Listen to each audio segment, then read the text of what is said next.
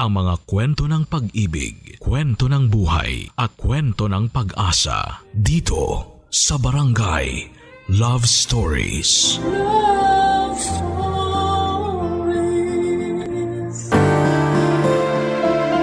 Kapag nagtanim tayo ng kasipagan at pagtsatsaga, mas matamis ang aanihin nating tagumpay sa buhay. Bagaman hindi mawawala ang mga pagsubok, importante na meron tayong determinasyong gawin ang lahat at determinadong puso. Ikaw kabarangay, anong handa mong gawin matupad mo lamang ang mga pangarap mo? Dear Papa Dudut, hindi lahat ng tao ay nabibigyan ng pribilehiyo upang maging madali ang pag-abot ng kanilang mga pangarap sa buhay. Mayroong iilan kabilang nakoroon na kailangang doblehin ang sipag at tiyaga, dugo at pawis upang umani ng pagtatagumpay. Kaya nga hindi sapat na marunong lang tayong sumuntok para matalo natin ang mga hadlang sa katuparan ng ating mga pangarap. Bagkos, dapat ay marunong din tayong pumadyak. Bago ko po ipagpatuloy ang pagkukwento ay gusto ko munang samantalahin ang pagkakataon na magpasalamat sa programa ninyong Barangay Love Stories. Marami-rami na rin akong napakinggang storya ninyo online na nakaka-inspire. Lalong-lalo na nga kapag ang tema ay tungkol sa pamilya at pangarap. Nakaka-relate ako doon kaya naman nag-decide akong magbahagi na rin ng sarili kong kwento, Papa Dudut. Tawagin niyo na lamang po ako sa pangalang Lawrence. 28 years old at 3 taon nang nagtatrabaho dito sa The Netherlands bilang software engineer. Hindi madali ang pinagdadaanan ko noon bago ako nakatungtong dito. Kaya nga masasabi ko na biggest success and achievement ko talaga ang makapag-ibang bansa at matulungan ang pamilya ko sa Pilipinas. Mahirap lang din kasi kami noong araw. Madalas salat kami sa pagkain kaya naranasan naming magutom. Panganay ako sa 5 magkakapatid at 17 years old pa lamang noon si Nanay Esper nang pinagbuntis niya ako at 18 years old naman siya noong pinanganak ako. Tapos ay naging sunod-sunod ang pagbubuntis at panganganak niya hanggang umabot na kami sa 5. Kaya kahit bata pa ako ay natuto na akong alagaan ng mga kapatid ko at tumayong ama sa kanila, lalo pat walang kakayahan ng aming tatay. Magsisimula ang aking paglalahad noong 18 anyos ako, Papa Dudut. Tubong Antipolo, Rizal ang aming pamilya.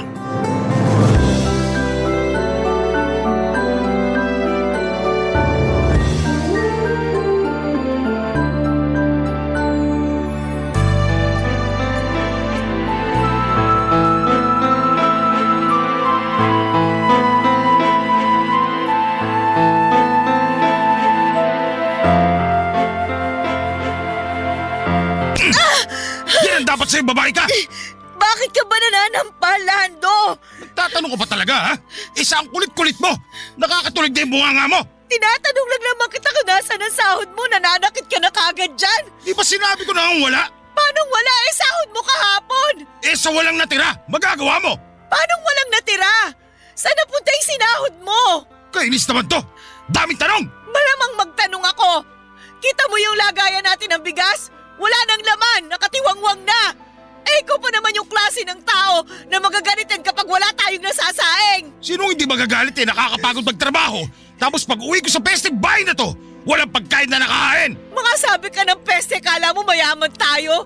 Yung kakapirasong sahod mo, winawaldas mo lang sa kung saan-saan, kaya wala kang maibigay sa pamilya natin. Sigurado ang winaldas ko sa kung saan-saan? Oo, kasi hindi mo nga masabi kung saan napunta eh.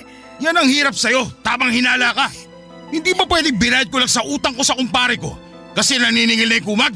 Binayad daw. Sana nagtira ka pa rin para sa atin. Day off ko naman. Pwede ba patahimikin mo akong babae ka? Bakit ka naninigaw? Nay, tay, nagsisigawan na naman kayo. Nagising ako sa away niyong dalawa eh. Oh, gising na pala tong magaling mong anak. Aba Lawrence, tanghali na oh. Tirik ng araw sa labas, pero ikaw may panis na laway pa. Tigilan mo nga si Lawrence! Huwag mo siya pagbalingan ng galit mo! At sino gusto mong pagbalingan ko? Ikaw! Sige! Teka tay, huwag niyo pong sasaktan si nanay. Yan kasing nanay mo, masyadong mapapel. Paano ako naging mapapel kung inaawat lang kitang saktan ng anak mo? Nay, huwag na po kayong sumagot para di na magalit si tatay. Oh, makinig ka sa anak mo, Esper! Kanina pa nagagalit yung tatay mo. Akala mo kung sino? Siya na nga tong walang perang maibigay sa akin para sana dito sa bahay. Siya pa tong galit at nananakit. Hindi pa ba sapat yung ingay ng bunganga mo para magalit ako? Hirap sa'yo, parang hindi mo naririnig sarili boses mo, kaya hindi ka naiingayan. May karapatan naman po pala si nanay na magbunga nga eh. Wala pala kayong naiabot na sweldo sa kanya kaya siya ganyan. Ano sinabi mo? Narinig niyo naman po yung sinabi ko eh. Tay, wala na po tayong maisaing. Ubus na yung bigas kahapon pa ng tanghali. Sinubukan namin umutang sa tindahan pero nagalit sa amin yung tindera. Nakiusap lang si nanay kaya pinautang siya. Nangako si nanay na magbabayad siya ngayong araw pagkasahod nyo. Kaya siya nagbubunga nga kasi wala kayo naibigay na sahod, di wala siyang may pambabayad sa tindahan, lalo magagalit sa amin yung tindera. At bakit ka ganyan magsalita sa akin? Baka nakakalimutan mo tatay mo ako? Hindi ko po nakakalimutan yun. Pero baka kayo po yung nakakalimot na magpakatatay sa pamilyang to. Ah, ganon. Gusto mo rin yata masampal katulad ng nanay mo? Huwag na huwag mo sasaktan ng anak ko, Lando! At bakit hindi? Bastos yung anak mo! Tama naman si Lawrence eh! Hindi ka marunong magpakatatay sa pamilya natin kaya wala kang karapatang mainsulto! Hindi ka pa talaga nadala sa sampal ko? Gusto mo pa yatang dagdagan ko eh! Umalis ka na lang kung mananakit ka! Aalis talaga ako. Umuwi lang naman ako para kumain sana. Pero mukhang wala rin ako mapapala sa pamamahay na to.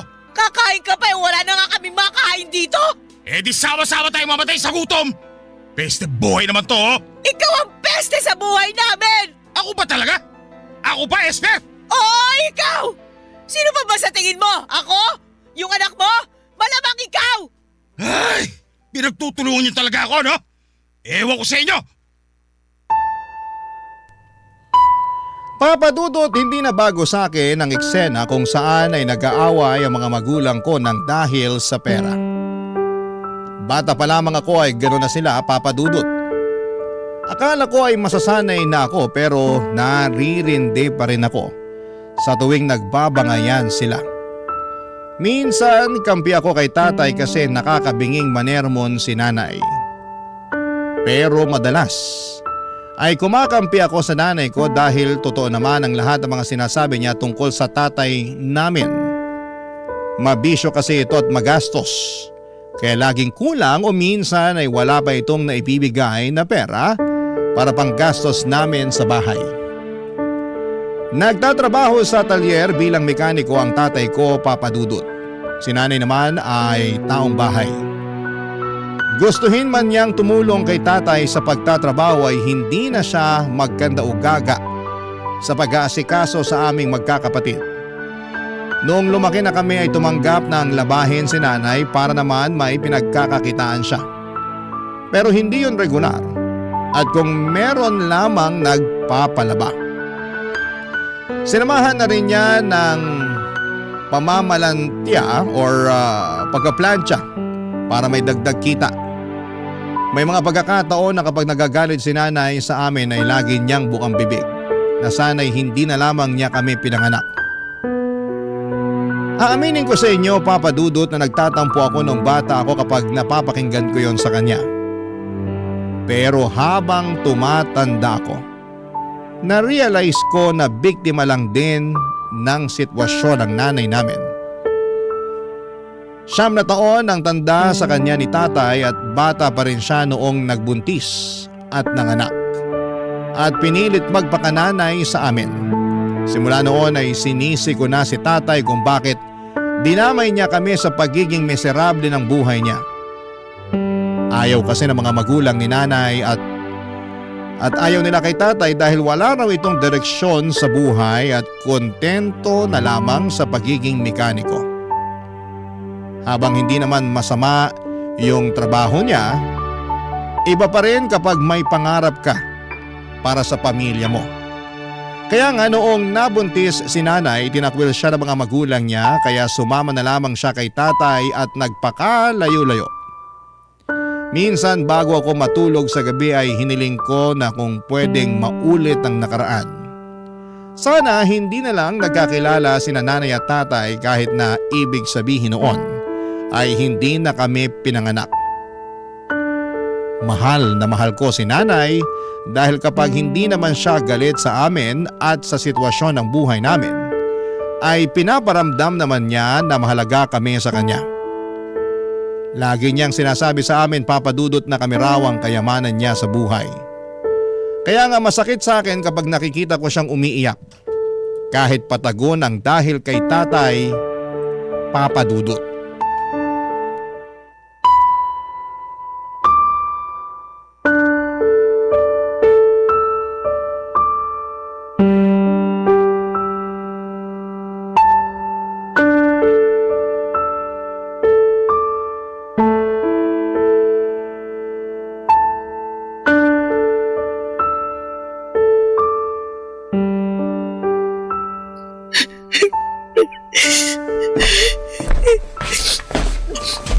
Oh, Nay, ba't po kayo umiiyak? Ha? Hindi ako umiiyak. Sa akin pa talaga kayo magsisinungaling. Kitang-kita yung pamumulan ng mga mata nyo. Halatang halata na galing kayo sa iyak. Nakalimutan kong binata ka na pala. Hindi na kita maloloko katulad nung bata ka pa lang. Kaya nga sabihin niyo na po sa akin yung rason kung bakit kayo umiiyak. Baka sakaling makatulong ako. Yung magaling mo kasing ama. Nalaman ko sa mga tsismosa nating kapitbahay na may nilalanding ibang babae. Bagong tindera daw ng barbecue dun sa tapat na lagi niyang binibilhan. Pumupunta pa raw dun sa talyer para ihatid ng personal sa tatay mo yung binili niyang inihaw. Totoo po ba yan, Nay? Hindi ko alam pero kilala ko yung tatay mo eh. May pagkababaero. Hindi naman to yung unang beses na nakarinig ako ng chismis tungkol sa panlalandi niya ng iba. Lah, ibig sabihin marami na? Oo anak, Ba't ngayon nyo lang po sinabi sa akin to? bata ka pa nun eh. Maliliit pa rin ang mga kapatid mo. Hindi nyo naman maiintindihan ng sitwasyon. Pero matanda na ako, Nay. Kaya ko na mag-isip ngayon. Hindi po tama yung ginagawa sa inyo ni tatay. Buong akala ko pera lang yung laging pinagtatalunan nyo. May iba pa pala. Paano nyo po pala nalaman yung tungkol sa pambababae niya? Gusto kong protektahan yung pamilya natin. Kala ko kasi kapag naging mapagtiis ako, magbabago yung tatay mo. Pero hindi kasi matagal na siyang pariwara sa buhay eh. Kasalanan ko rin naman. Hindi ako nakinig nun sa mga magulang ko. Mahal ko kasi yung tatay niyo eh. Kaya pinili ko siya kaysa sa sarili kong pamilya. Sorry po, Nay ah. Kasi kailangan nyo pong maranasan yung ganitong sitwasyon. Bakit ka ba nagsosorry? Hindi naman ako nagsisisi kasi nagkaroon ako ng mga anak na katulad ninyo. Lalong-lalo ka na. Mabait ka, masunurin. Tsaka maaasahan ko nang magbantay sa mga kapatid mo. Bukod doon, matalino ka rin. Mana sa'yo yung mga kapatid mo. Kung may pinagsisisihan man ako, yun yung natiis kong makisama dyan sa tatay ninyo. Kahit na wala na siyang ginawa kundi saktan yung loob ko. Namimisikal din po siya. Oo nga. Pati nga kayo dinadamay niya eh. Hindi man lang siya naawa sa inyo. Lalo na sa'yo anak. Yun nga rin po yung iniisip ko kasi hindi naman ganun yung mga tatay ng mga kaklase ko. Naiinggit tuloy ako sa kanila kasi ang babait ng mga tatay nila. Alam ko naman na walang perpektong tao at walang perpektong pamilya. Pero lahat ng pinagdadaanan nila, nalalagpasan kasi nadadaan nila sa maayos na usapan. Hindi katulad ni tatay. Walang alam kundi magalit at manigaw. Mahilig din siya manisi. Akala mo wala siyang kasalanan sa nangyayaring kamalasan at kahirapan sa buhay natin. Ganun po ba talaga ugali niya? Nung nagkakilala kami ni Lando, pansin ko na medyo mainitin ang ulo niya. Mainipin din siya. Pero akala ko mawawala rin yun at magbabago siya pagtagal. Kaso parang lumala eh. Ay, pasensya na kayo ng mga kapatid mo anak ha. Kasi nagkaroon kayo ng tatay na hindi marunong magpakatatay sa pamilya natin. Kung pwede ko lang sana piliin kung sino magiging tatay ninyo. Hindi ko nagugustuhin makisama sa tatay ninyo eh. Maghahanap talaga ako nung responsable, mabait at marunong magdala ng pamilya. Sa tingin ko, Nay, hindi naman na po namin kailangan ng bagong tatay. Kasi kontento na kami ng mga kapatid ko sa inyo, Nay. Pero mahirap lang tayo eh. Tsaka wala rin masyadong alam ang nanay ninyo. Lagi nga ako naloloko pag sinusuklian sa palengke kasi madali ako mataranta kapag maraming tao. Nakakahiya. Tumanda na lang akong ganito. Pero para po sa amin, kayo ang pinaka the best na nanay. Di nyo naman po kailangan maging perpekto para matawag na the best eh. Nay, pangako ko po sa inyo mag-aaral po ako ng mabuti. Para pagdating ng panahon magkaroon ako ng magandang trabaho. Tsaka pag nagkaroon na ako ng magandang trabaho, tutulungan ko kayo na iahon yung pamilya natin sa kahirapan. Gagawin ko po yun, Nay, kahit wala si tatay. Hindi po namin kailangan si tatay para magkaroon ng inspirasyon. Kayo lang po, Nay. Sapat na sa amin yun. Papadudot kung gaano ko kamahal ang nanay ko. Kabaliktaran naman noon ang nararamdaman ko sa tatay ko. Galit ako sa kanya dahil hindi na nga siya mabuting ehemplo sa aming magkakapatid. Lagi pa niyang sinasaktan si nanay. At mas nadagdagan lang ang galit ko sa kanya nang malaman ko nga ang tungkol sa pambababae niya. Ang kapal ng mukhang humanap ng iba samantalang pamilyadong tao na. Grabe ang inis ko noon sa kanya na para bang gusto ko siyang suntukin sa pagmumukha niya kapag umuwi siya sa bahay. Pero ang totoo ay takot talaga ako sa tatay ko. Kahit na gustong gusto ko siyang sagot-sagutin. Iniiwasan ko dahil ayoko na ulit maulit yung mga pambubugbog niya sa akin na damay pati mga nakababata kong kapatid. Patpatin kasi ako at mahina kumpara sa tatay kong malakas. Wala talaga akong binatbat sa kanya. Sa katunayan, noong huling beses na ginulpi niya ako ay kamuntika na akong maospital. Nasagot ko kasi siya ng pamalang dahil inaaway na naman niya si nanay. Buti na lamang at naawat siya ng nanay ko dahil kung hindi baka tuluyan na akong nabaldado noon, papadudot. Barangay Love Stories. Barangay Love Stories. Papadudot dahil po sa pambababae ni tatay. Dumalang na lamang ang pag-uwi niya sa bahay namin. Kahit na masakit kay nanay, tinanggap na lamang niya ang kalokohan ng tatay namin. Natutuhan niyang tumahan sa pag-iyak at bumangon mula sa pagkakalugmok dahil meron siyang mga anak na kailangang buhayin. At ako naman papadudot bilang panganay ang kasakasama ni nanay sa paghahanap ng trabaho na pwede niyang pagkakitaan para may pambili kami ng pagkain. Nandun yung namasukan siya bilang tagahugas ng pinggan sa kantin, tendera ng balot, tauhan sa laundry shop at kung ano-ano pa. Pero may ugali si nanay na ayaw nangangamuhan kaya hindi rin siya nagtatagal sa mga pinagtatrabahuhan niya. Mabilis na nagdaan ang 1 taon na ganon ang aming sistema. Ako naman ay nagtatrabaho na rin noon habang nag-aaral. Nasa college na ako noon at kumukuha ng kursong BS in Information Technology. Buti na lamang at scholar ako dahil magastos ang kurso ko. Pero pangarap ko talagang makapagtapos at mabigyan ng karangalan ng pamilya namin. Kaya nga kasabay noon ang pag-working student ko. Bale, sumasideline ako bilang tagaluto ng sisig at dinakdakan sa isang fast food stall tuwing gabi. Kakilala ni nanay yung may-ari at gusto raw makatulong sa pamilya namin. Kaya pinayagan akong rumakit sa tindahan nila. Thankful ako dahil kahit papaano ay katulong na ako ng nanay ko sa pagtatrabaho. Isang araw, pauwi na ako noong galing sa eskwelahan nang sinurpresa ako ng nanay ko. Sakay ng isang padjak o pedicab. At hindi lang siya basta pasahero doon, kundi siya mismo ang nagmamaneho.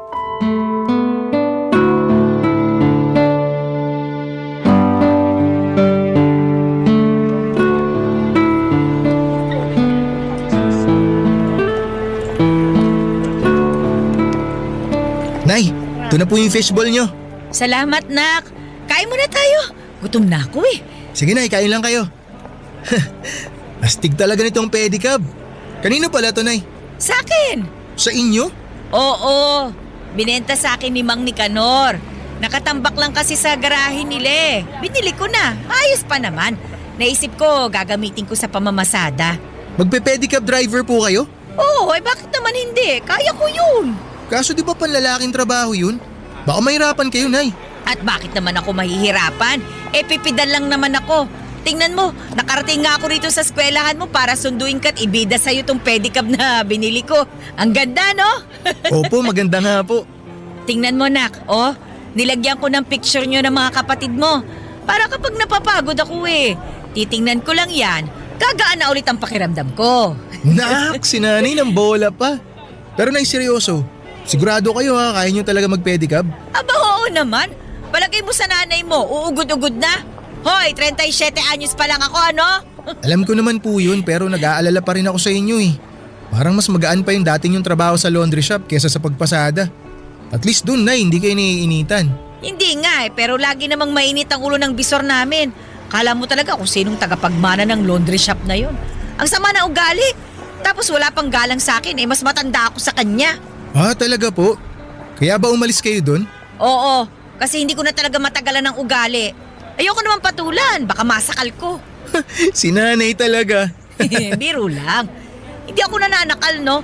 Hindi ko nga nasakal ang tatay mo kahit gustong gusto ko na Pero matagal-tagal ko na rin kasing pinag-iisipan na umalis doon.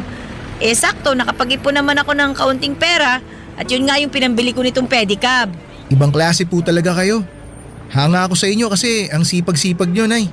Aba, hindi pwedeng tumigil sa pagtatrabaho dahil ako na ngayon ang nanay at tatay sa bahay natin. Pero buti na lang din at nandiyan ka, anak. Tinutulungan mo ko kaya gumagaan yung buhay natin. Late nga lang po na itutulong ko sa inyo kasi nag-aaral pa ako. Pero kung hihinto po ako sa pag-aaral, makakahanap po ako ng full-time na trabaho. Ano ka ba? Yung ibang ang kaedad mo hindi pinagtatrabaho ng mga magulang nila Pero ikaw, nagbabanat ka na ng buto habang nag-aaral. Ayoko nga sana na pagtrabahuhin ka. Pero gusto mo naman, kaya pinagbigyan na kita. At malaking tulong talaga yon para sa pamilya natin, anak. Walang kaso kahit magkano pa yung kinikita mo. Hindi naman ako naghahangad ng malaki tsaka may trabaho naman ako Gusto ko, unahin mo pa rin ang pag-aaral mo para makapagtapos ka. Alam mo naman na pangarap ko yan sa inyong magkakapatid, di ba? Opo, Nay. Kaya nga po nagsisikap ako para mabigyan kayo ng karangalan. Naniniwala ako sa kakayahan mo kasi matalino ka Pero wag mo rin naman masyadong pilitin ang sarili mo, ha? Balita ko kasi mas mahirap daw sa kolehiyo Hindi naman ako nakatungtong dyan kaya hindi ko masabi. Pero base lang naman sa kwento ng mga kakilala kong may mga anak na nasa kolehiyo katulad mo. Kaya nga ang payo ko lang, ayos na sa akin kung ano yung makayanan mo. Basta tapusin mo yung pag-aaral mo. Kasi alam mo anak, wala naman akong kayamanan na pwedeng ipamana sa inyo bukod sa edukasyon. Tatandaan ko po lahat ng mga payo nyo sa akin. Dapat lang, kasi para sa'yo rin yun. Oh, teka, ubos mo na ba yung fishball mo? Opo, kauubos ko lang. O tara na, sakay na. Dadaan pa tayo sa palengke para bumili ng bigas at ulam. Meron akong kaunting kinita mula sa pamamasada kanina Makakabili tayo ng fried chicken. Sige po. Gusto nyo, Nay? Ako na po magmamaneho? Kayang-kaya ko to. Ako na, kaya ko na ito. Umupo ka na lang dyan at mag-relax ka. Nay, salamat po talaga kasi nandyan kayo para sa aming magkakapatid. Ano ka ba? Hindi naman ako mawawala, katulad ng tatay mo.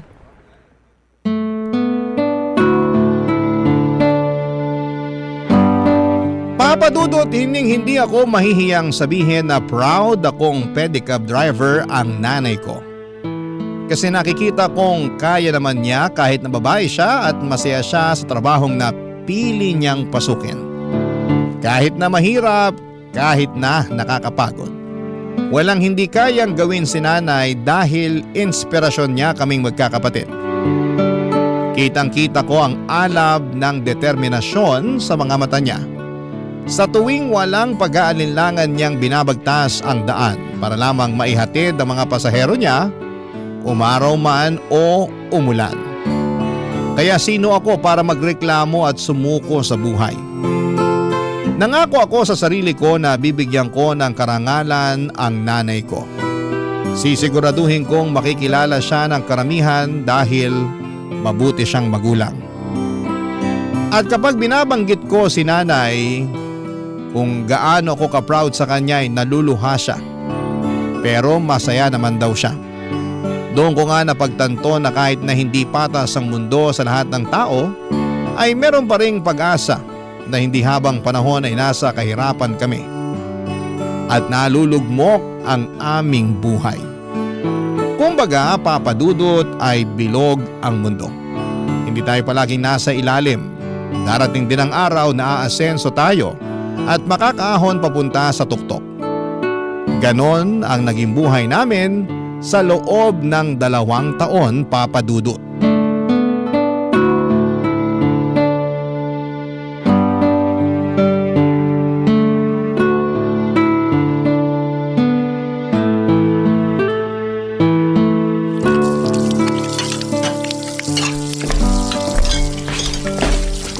Nay, ako na po maghuhugas ng pinggan.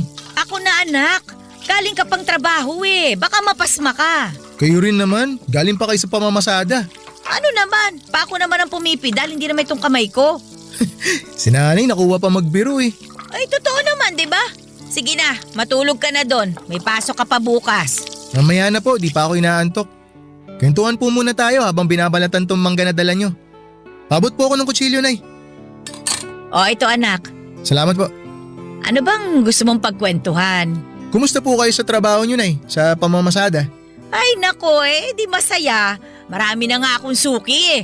Mas gusto nila sumakay sa pedicab ko, lalo na yung matatanda kasi maingat daw ako magpatakbo. Hindi katulad yung ibang driver na harabas. Kala mo kung sinong hari ng kalsada. Kaya ayaw, natutuwa na rin naman ako. Masaya po ako para sa inyo, Nay, na natutuwa kayo sa trabaho nyo. Pero hindi po ba dapat na lagi po talaga kayong maingat? Kasi kapag... Esper! Teka, Esper, buksan mo ang pinto! na. Ako na po magbubukas ng pinto, Nay. Sandali, baka kung anong gawin niya sa'yo. O Tay, ano pong ginagawa nyo rito? Oh, yung magaling ko palang anak to. Sagutin nyo yung tanong ko, anong sabing ginagawa nyo rito? Ano ba pakialam mo? Kakausapin ko nanay mo. Tumabi ka nga dyan sa daanan. Parang harang ka. Aray! Esper! Ano bang kailangan mo, Lando? Nabalitaan ko nagpapadya ka na raw ah. O ano naman ngayon sa'yo? Aba, porke kumikita ka na ng sarili mong pera, niyayabangan mo na ako? Hindi kita niyayabangan. Tsaka bakit ka ba nandito? At bakit hindi? Masama na bang umuwi sa sarili ko pamamahay? 3 taon kang hindi umuwi sa bahay na to kasi pinili mo yung babae mo. Tapos magtatanong ka kung masama bang umuwi ka rito? Paano ko sabihin kung oo? Hindi ko akalain na tumapang-tapangan na rin sa 3 taon na wala ako rito ah. Dati-rati takot na takot ka sa akin eh. Hindi na ako takot sa'yo ngayon. Naranasan na namin na pabayaan mo. Nabuhay naman kami nang wala ka. Tapos babalik ka? Para ano? Makisama sa amin? Para manggulo? Kahit ano pa yung dahilan mo, hindi ka na welcome sa pamamahay na to. Wala kang karapatan na paalisin ako rito. Kasi tatay niyo pa rin ako. Wala na kaming tatay. Matagal na kayong patay para sa amin. Anong sinabi mo? Baka gusto mo makatikin na suto. Sige, subukan mo. Akala mo yata hindi ako gaganti sa'yo eh. Aba, matapa ka na nga talaga. Lando! Lawrence, tumigil nga kayo! Tuturuan ko lang ng leksyon to anak mo. Napakahayop mo talaga, Lando! Ang kapal na mukha mo, sakta ng anak ko! Masyado kasi siyang pakilamero. Sira ulo ka pala eh! Pumunta ka lang talaga dito para manggulo! Umalis ka na! Matapa ka na rin ha. Balik ka rito para masakal kita. Bitiwan mo si nanay! Bitiwan mo ako! Hindi ako makita. Hindi mo bibitiwan si nanay? Hindi ka pa rin kasi nagbabago. Bitiwan mo! Masyado ko pa rin madaldal. Bitiwan mo yung hawak mong kutsilyo! Kasi sumusobra na itong taong to eh! Huwag mo akong subukan dahil kayang-kaya kita saktan! Kaya umalis ka na dito sa bahay namin! Kapal na mukha mo magpakita dito! Ayan na. Binitiwan ko na nanay mo. Bitiwan mo na rin ako, Chilo anak. Baka madulas ka, maisaksak mo sa akin yan. Pagkatapos mo kaming iwan, babalik ka na lang ng ganon? Kapal na mukha mo! Kampun ka ng demonyo! Tapos mananakit ka pa't manggugulo dito? Mabuti pa umalis ka na! Bumalik ka doon sa pinanggalingan mo! Umalis ka na, Lando! Ayaw ka na naming makita at makasama ng mga anak mo! Hoy! Bibilang ako ng 3! Dapat nakalabas ka na ng pinto ng bahay na to! Di ako nagbibiro sa'yo, sasaktan talaga kita! 1! 2! Ito na nga lalabas na. Mga linti kayo. Magsama-sama kayo sa impyernong lugar na to. Dahil pa sinasabi! Malis ka na!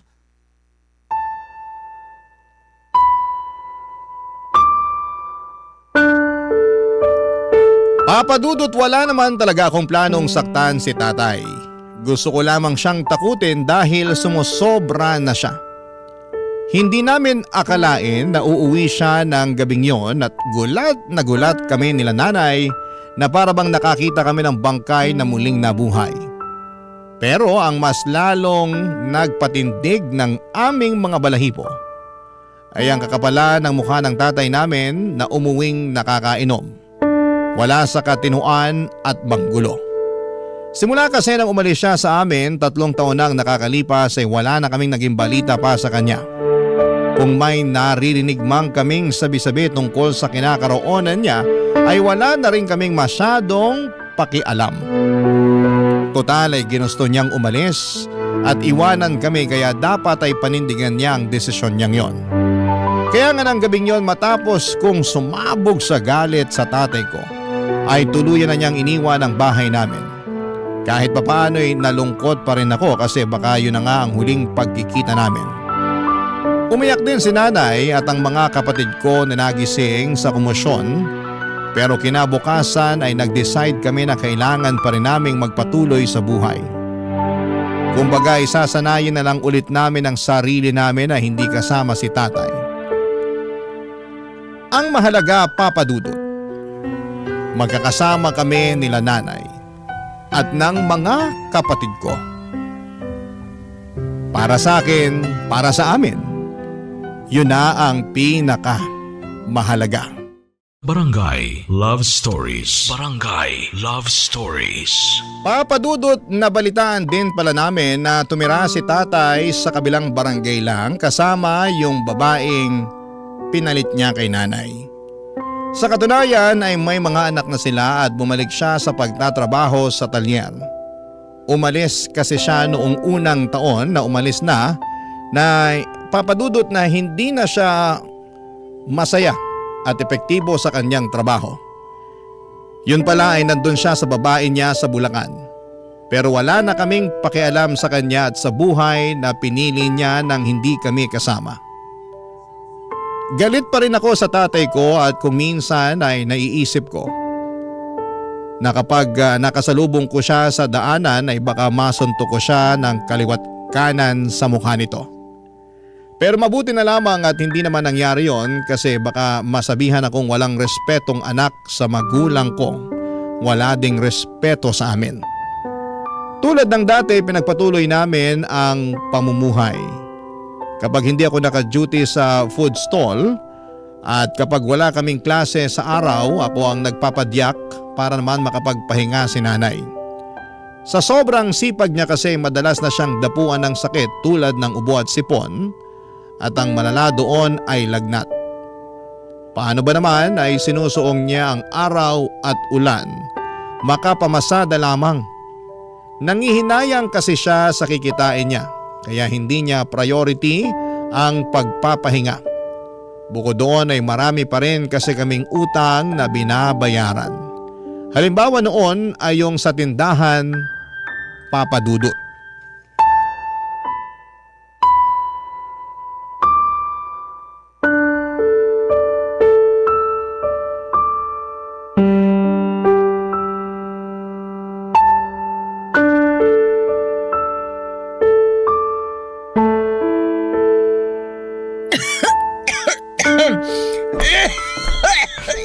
Nay, ito na po yung gamot nyo. Inumin nyo na po muna. Salamat, Lawrence. Nay, inuulit ko parang awa nyo na magpahinga na muna kayo. Buong araw nang masama yung pakiramdam nyo tapos gusto nyo pa talagang lumabas kanina para mamasada. Huwag ka na masyadong mag-alala sa akin, anak. Ayoko lang talagang magpahinga kasi sayang yung kikitain ko eh. Kung nakapamasada lang sana ako ngayon, may pandagdag tayo sa pambili ng cake ng kapatid mo sa birthday niya sa Martes. Ibang klase talaga kayo, Nay. May sakit na nga po kayo, kami pa rin talaga ang iniisip nyo. Eh, syempre naman. Sino pa bang iisipin ko eh? Kayo yung mga anak ko. Tsaka, nangako ako sa kapatid mo na bibilang ko siya ng cake. Yung may paborito niyang, yung cartoon character ba yun? Ako na pong bahala sa cake ng kapatid ko. Huwag nyo nang isipin yun. Ang tutukan nyo, yung pagpapagaling nyo. Sige anak, Salamat talaga kasi lagi mo kong sinasalo. Sinasalo po saan? Sa mga pagkukulang ko sa pamilya natin. Sa mga panahon na hindi ko kaya kasi nagkakasakit ako. Pakiramdam ko, wala akong kwentang ina kapag hindi ko nagagawa yung lahat para sa inyo. Ano pong walang kwenta, Nay? Kahit nga po may sakit kayo, ang sipag-sipag nyo pa rin eh. Ayaw nyo yung nakahiga lang. Bumabangon kayo para maghugas ng pinggan imbis na natutulog. Kaya hindi kayo gumagaling kaagad kasi makulit din kayo eh. Masakit kasi sa likod kapag laging nakahiga eh. Tsaka kaya ko namang maghugas ng pinggan. Yun na nga po, Nay eh. Kasi iniisip nyo na kaya nyo. Kaya nyo inaabuso yung katawan nyo. Oh, bakit ka naman umiiyak, anak? Nalulungkot lang po kasi ako dahil may sakit kayo. Siguro kung hindi po kayo nagpe-pedicab, di kayo magkakasakit ng ganyan eh. Natural lang yun kasi napapagod yung katawan ko. Pero konting pahinga lang naman. Gagaling din naman ako. Pero lagi na lang po kayo may sakit, Nay. Siguro oras na para tumigil po kayo sa pagpe-pedicab nyo. Ano ka mo? Ayoko nga, anak. Para rin naman po sa inyo yun. Pag tumigil ako sa pagpe-pedicab, sino na lang magtatrabaho para sa pamilya natin? Sige nga. Ako po. Anong silbi ko sa pamilya natin kung hindi po ako magtatrabaho para tulungan kayo, di ba? Para sa kaalaman mo, anak, may silbi ka sa pamilya natin. Gusto ko lang po talagang makatulong, Nanay. Alam ko naman yun. Alam ko yun. Pero kasi nag-aaral ka eh. At wag na wag mong sasabihin sa akin na titigil ka na lang para makapagtrabaho. Wala naman na pong kaso sa akin yun, Nay, kung titigil ako. Para naman po sa pamilya natin yung gagawin ko eh. Kasi, Nay, pag tumigil po ako sa pag-aaral, mas mapagtutuunan ko ng pansin yung pagtatrabaho. Marami kasi ako mga kaklase, Nay, na sinubukan mag part-time job pero nahirapan sila. Kaya nangyari, tumigil na lang sila sa pag-aaral. Sabi rin ng mga kaibigan ko, Nay, magtatrabaho rin naman ako pagka-graduate ko eh, kaya ba't ko pa patatagalin? Nagsasayang lang daw ako ng panahon sa pag-aaral. Ayoko. Hindi ako papayag. Tsaka, luko-luko yung nagsabi sa'yo na nagsasayang ka lang ng panahon sa pag-aaral. Hindi pagsasayang yon. Dahil pag nakapagtapos ka, mas malayo ang mararating mo. Nay naman. Basta ayoko. Yung pagtatrabaho habang buhay yan. Yung pag-aaral ilang taon lang naman. Nay, payagan niyo na po ako. May lagnat lang naman ako pero gagaling din naman ako. Hindi naman tumalubhang sakit para tumigil ako sa pagtatrabaho. Tsaka, konting panahon na lang makakapagtapos ka na sa pag-aaral mo. Ngayon mo pa talaga naisipang huminto? Luko-luko ka pala talagang bata ka eh. Nag-aalala lang naman po ako sa inyo, Nay. Ay, pasensya na po kayo, Nay. Naiinip lang po kasi ako eh. Gusto ko na makatulong sa pamilya natin. Gusto ko na po makatulong sa inyo na mag-provide para hindi naman po kayo nahihirapan na magtrabaho. Naawa na po kasi ako sa inyo eh. Ayaw ko po na may mangyaring masama sa inyo, Nay. Lalo na pumapasada kayo. Nakakatulong ka sa pamilya natin. Ako ang nanay sa ating dalawa. Ako dapat ang magtrabaho ng husto para sa atin. Hindi ikaw. Dahil nag-aaral ka pa nga eh. Basta anak, sikapin mo na makapagtapos ka. Ilang taon na lang naman yan. Pasasaan din ba at magbubunga rin yung paghihirap natin kapag nakapagtapos ka na? Sige po, Nay. Pero dapat magpagaling na po kayo ha. Ipangako niyo po sa akin yun. Oo, magpapagaling ako para hindi ka na rin masyadong mag-alala dyan. Pangako yan, anak. Papadudot nag-usap pa kami ni nanay ng ilang minuto bago siya inantok dahil na rin sa gamot na ininom niya. Nang makatulog na siya ay hinalikan ko ang kanyang noo at umusal ng panalangin sa Diyos na sana'y pagalingin na niya ang nanay ko. Tapos ay saglit kong tinitigan si nanay habang inaalala yung mga pinag-usapan namin. Hindi pa rin siya nagbabago. Kahit na may sakit na siya ay punong-puno pa rin ng pag-asa ang mga mata niya na balang araw ay mapagtatapos niya kaming magkakapatid sa pagpapadyak niya. Kaya nga kahit mahirap, kahit na minsan ay nawawala na ako ng dahilan para tapusin ang pag-aaral ko, ay binabalikan ko lahat ng pinagdaanan namin upang makahanap ng rason kung bakit kailangan kong makapagtapos. Kapag binabalikan ko kung paano kami nagsimula ay nabibigyan ako ng pag-asa upang lalong magsumikap sa aking pag-aaral. Laging sinasabi sa akin ng nanay ko na habang may buhay, may pag-asa. Hindi man yon nakikita ng ating mga mata pero nararamdaman naman yon ng ating puso, lalo na sa tuwing nagdarasal tayo sa Diyos. May pag-asa sa bawat sulok ng maliit naming tahanan. May pag-asa sa mga hikbi ng magulang na nakikiusap sa Panginoon na iligtas ang mga anak nila sa kapahamakan at bingit ng kamatayan. May pag-asa sa bawat pagsisikap ng isang tao na merong pangarap na gustong tuparin pagdating ng panahon. At may pag-asa sa bawat pagpadyak ng aking nanay. At totoo nga dahil pagkalipas ng 2 taon, makakapagtapos na ako ng pag-aaral.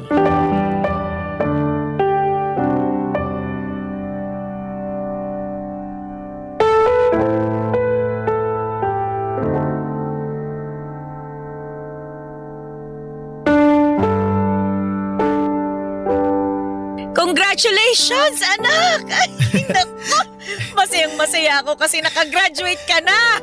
Sa wakas, natupad na yung matagal ko ng pangarap para sa'yo. Yung makapagtapos ng pag-aaral. Naku, anak, pinagmamalaki talaga kita! Hindi ko po matutupad lahat to, Nay, kung hindi po dahil sa inyo. Kaya ipinagmamalaki ko rin po kayo. Ano ka ba naman? Wala naman ako masyadong ginawa. Ikaw pa rin yung nag-aral at nagpakahirap na tapusin yung kurso mo. Ikaw lang talaga yun, anak. Ako wala talagang kaalam-alam dyan. Pero Nay, kayo po at ang mga kapatid ko ang inspirasyon ko para tapusin ko talaga yung pag-aaral ko. Natatandaan ko nga po yung usapan natin, Nay, na gusto ko na sanang sukuan yung pag-aaral ko. Kasi nakikita ko na nahihirapan tayo. Tsaka gustong-gusto ko na pong tumulong sa pamilya natin nun. Buti na lang kinausap niyo po ako. Kinumbinsin niyo po ako na ipagpatuloy yung pag-aaral ko. Hindi ko po makakalimutan yung sinabi niyo sa akin na yung pagtatrabaho habang buhay naman natin gagawin yun. Pero yung pag-aaral, ilang taon lang naman. Kaya tsagain ko na. Yun po talaga yung mga tumatakbo sa isip ko habang ipinagpapatuloy ko yung pag-aaral ko, Nay. Kita niyo naman po ngayon, graduate na ako. Hindi po talaga matutupad lahat ng to nang hindi dahil sa inyo, Nay. Kaya maraming salamat po talaga. Ano ka ba naman? Walang anuman yun, anak. Siyempre, nanay mo ko Responsibilidad kong suportahan ka. Lalong-lalo na dyan sa pag-aaral mo. Alam mo kung tutuusin, maliit na bagay lang naman yung ginawa ko Nagtrabaho lang naman ako ng mabuti. At nangarap ka sabay mo na balang araw makapagtatapos ka. Para na rin siyempre, mas malayo yung marating mo sa buhay. Kaya wala yun, anak. Sabi ko nga po sa inyo kanina, Nay, na pamilya natin ang naging inspirasyon ko para makapagtapos ako. Mas nagkaroon po talaga ako ng dahilan para tapusin yung pag-aaral ko dahil pangarap ko na mabigyan kayo ng magandang buhay. Pero marami ka pang pagdadaanan. Hindi porket nakapagtapos ka na ng pag-aaral, tapos na rin ang lahat. Doon pa lang magsisimula, anak. Sana wag kang magmadali na matupad yung mga bagay na gusto mo para sa pamilya natin. Kasi karamihan sa mga anak ng mga kakilala ko hindi naman masaya sa ginagawa nila. Kumbaga, napipilitan lang sila. Kaya nga, dahan-dahanin mo lang, anak. Huwag kang magmamadali. Opo, Nay. Tatandaan ko po yung mga sinabi niyo. Ganyan nga. Pakiramdam ko tuloy ako yung gumraduate Ewan ko ba, talagang proud lang ako sa iyo, anak. Proud na proud din po ako sa inyo, Nay. Kaya alay ko po sa inyo tong graduation ko na to. Ay, salamat. Naku, may ibibida na ako sa mga kasamahan ko sa pamamasada. Sa wakas, may anak na akong napatapos sa kolehiyo. Kayo rin po, lagi ko kayong binibida sa mga kaklase ko. Ay, talaga? Anong sinasabi mo sa kanila? Lagi kong sinasabi sa kanila na yung nanay ko, masipag na pedicab driver. O ano naman ang sabi nila? Siyempre natutuwa sila, Nay. Humahanga sila sa'yo. Kasi alam nila na hindi madali yung trabaho nyo. Pero kinakaya nyo para mabuhay kami magkakapatid. Doon palpak si tatay yung buhayin yung pamilya natin. Lalo na nung iwan niya tayo para sumama dun sa babae niya. Ay, nako. Naisip ko lang, kung di lang siguro nagloko yung tatay mo, sana dalawa kami ngayon na nagse-celebrate ng graduation mo. Dalawa kami ngayon na proud sa'yo. Naisip ko rin po yan, Nay, pero hindi ko na lang masyadong pinagtutuunan ng pansin. Pero alam niyo, Nay, pag binabalikan ko yung mga kasalanan niya sa atin, nagpapasalamat ako. Kasi hindi na natin siya kasama ngayon. Wala na tayong problema, wala na tayong konsumisyon. Ako rin naman. Lalo na tapos na yung mahabang panahon ng pagpapakatanga ko dyan sa tatay mo at pakikisama sa kanya kahit na lagi niya akong pinahahalik sa kamao niya. Ay, tsaka mas mahal ko kayo ng mga kapatid mo at mas mahalaga kayo sa akin kesa sa kanya. Sino ba siya? Ako pa bang magpapakahirap sa kanya? Ako magdudusa? Doon na lang siya sa babae niya. Basta pangako ko po sa inyo, Nay, ito na po ang magiging simula ng pag-asenso natin. Gagawin ko po lahat para maiahon tayo sa hirap. Basta anak, huwag kang magmamadali sa pag-asenso. Kasi hindi naman yan instant na pwede mong makuha agad-agad eh. Lahat ng bagay sa mundo, pinaghihirapan yan at pinagtitiisan. Katulad niyang pag-aaral mo. Pinaghirapan mo yan at pinagtiisan. Kaya nagtagumpay ka. Ano, naiintindihan mo ba? Opo, Nay. Mabuti naman. Ay, Nay, teka. Meron pa pala akong isang sorpresa. Ano ba yan, anak? Ito po, sulat. Sulat? Ay sige, akin na. Basahin niyo, Nay. Cum laude? Cum laude ka, anak? Naku naman, ang galing-galing talaga ng anak ko. Mana-mana lang po yan, Nay. Nagmana po ako sa inyo eh. Papa Dudut, proud akong nakapagtapos bilang cum laude at inalay ko ang tagumpay ko na yon sa pinakamamahal kong nanay. Ipinangako ko sa kanya ng araw na tinanggap ko ang aking diploma at medalya na yun na ang simula ng pagbabago ng aming buhay. Bagaman hindi pa rin naman naging madali ang pinagdaanan ko sa paghahanap ng trabaho, hindi ako sumuko dahil pinalaki ako ng nanay ko na palaban at hindi nawawala ng pag-asa. Kaya naman hindi nagtagal ay nakapasok naman ako sa isang private company sa Quezon City.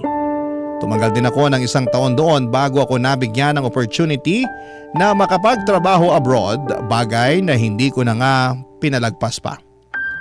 Sa kasalukuyan, kahit na malayo ako sa pamilya ko hanggang ngayon ay pinoprotektahan pa rin ako ng mga panalangin ng nanay ko.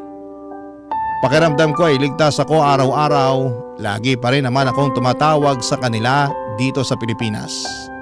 Nakapagpundar na kami ng sarili at maayos naming bahay. Nakapagtapos na rin sa pag-aaral ang iba kong mga kapatid.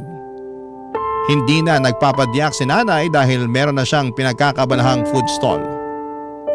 Kung tatanungin ninyo ako kung may balita ako sa tatay namin ay meron kasi nalaman namin na nagkaroon siya ng malubhang sakit sa baga. Tapos walang-wala rin sila ng kinakasama niya. Kaya may nakapagsabi sa akin na lagi raw siyang nakasilip sa dati naming bahay. Naawa naman ako sa sitwasyon niya kaya ako na yung nakipag-communicate sa kanya. Humingi siya ng tawad sa akin noong nagkausap kami sa tawag. Pinatawad ko na rin naman siya kasi ayokong habang buhay magtanim ng galit sa kanya. Nangako rin ako na tutulungan ko siyang magpagamot sa sakit niya. Kaya lang po Papa Dudut, nitong nakaraang buwan, noong August 2024 ay tuluyan na rin pong pumanaw ang tatay ko. Hanggang dito na lamang po ang sulat ko Papa Dudut at maraming salamat sakaling mapili po ninyong i-ere sa programa ninyong Barangay Love Stories. Sana po ay kinapulutan po ito ng aral at inspirasyon ng mga kabarangay natin and God bless and more power sa Barangay LS 97.1. Ang inyong forever kapuso at kabarangay, Lawrence. Barangay Love Stories. Barangay Love Stories. Napakasakit na nangyari kay letter sender. Pero buti sa uli, naging maayos pa rin ang buhay niya. Anong say mo sa Barangay Love Stories na ito? Pagkwentuhan natin sa comment section yan. Nagustuhan ng iyong napakinggan? Ituloy yan via live stream sa www.gmanetwork.com/radio. Barangay LS. In Mega Manila, 97.1. Forever. Ang mga kwento ng pag-ibig, kwento ng buhay at kwento ng pag-asa dito sa Barangay Love Stories. Love Stories.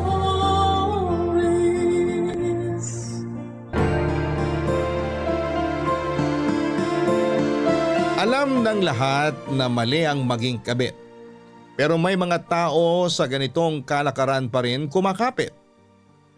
Ikaw, kaya mo bang maging isang kabit? Dear Papa Dudut, ako nga pala si Blanca, 25 years old, isang kabit ng isang 50 anyos na lalaki na itago na lang natin sa pangalang Lloyd. Halos 2 taon na akong kabit niya. Nung una ay hindi ko alam na may asawa at anak na pala siya. Pero noong nalaman ko ay huli na. In love na ako sa kanya. Itinuloy ko pa rin kahit tinanong na ako ni Lloyd kung okay lang ba yon sa akin. Umuo na lamang ako lalo pat may pinangako siya sa akin. Pinangakuan niya akong siya na ang bahala sa lahat ng kailangan ko. Mula sa apartment hanggang sa kakainin sa buong araw. Bilang isang babaeng tamad at gusto na lamang mamuhay bilang prinsesa, kinagat ko na lamang ang offer niya. Yun na lang ang benefit ko sa pangangaliwa niya. Pero may catch dito ha. Hindi lang pala ako ang kabit ni Lloyd. 2 kami. Ang ikalawa, pero naunang kabit niya ay ang 35 anyos na si Maya. Nakilala ko siya nang ihatid ako ni Lloyd sa bagong apartment na tutuluyan ko. Gulatan talagang mga nangyari. Nakita ko si Maya na nakaupo sa sofa. Akala ko nung una siya ang totoong asawa. Pero nang lapitan niya ako at nagpakilala na siya ang unang kabit. Doon ako nakampante. Magkasama na kaming tumira sa apartment na yon. Nung una ang sabi ni Lloyd ay pansamantala lamang ang pagtira ko roon dahil ililipat niya ako para may solo akong tirahan. Pero hindi naman nangyari. Hindi na rin ako umatras kahit na gano'n ang setup. Naging praktikal na lang din ako kesa naman wala akong mapala sa pagiging kabit ko, hindi ba? Saka mabait naman at chill si Maya. Siya lang ang nakauna sa pagiging kabit ko bilang parehas lang naman kaming 2. Na-enjoy ko na makasama si Maya sa isang apartment. Doon na rin nagsimula ang friendship naming 2, Papa Dudut.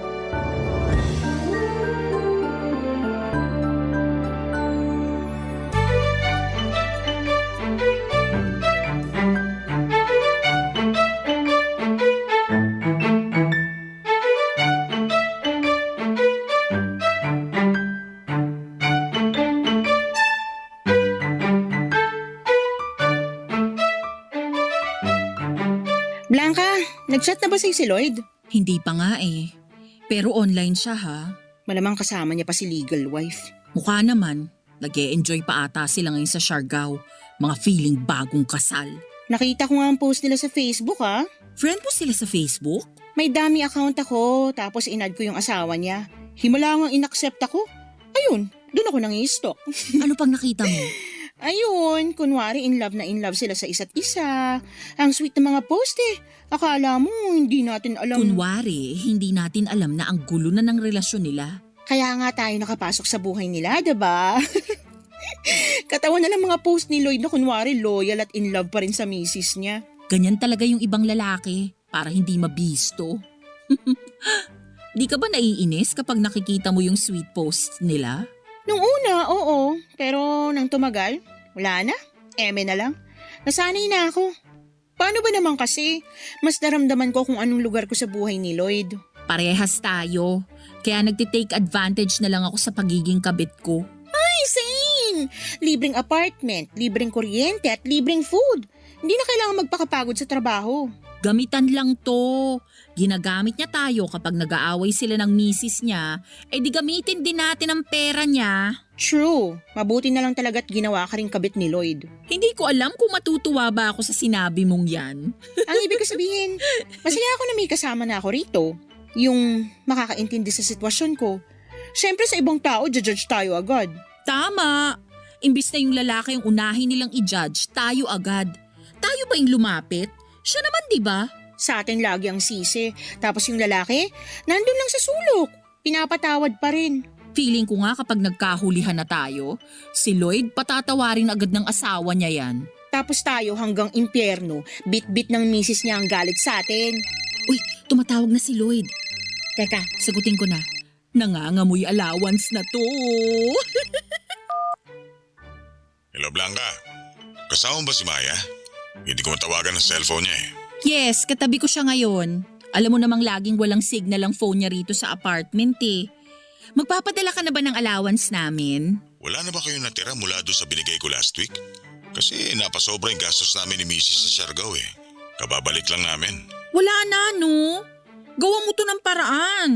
Hindi pwedeng wala kaming allowance. Bukas na umaga gagawa ko ng paraan.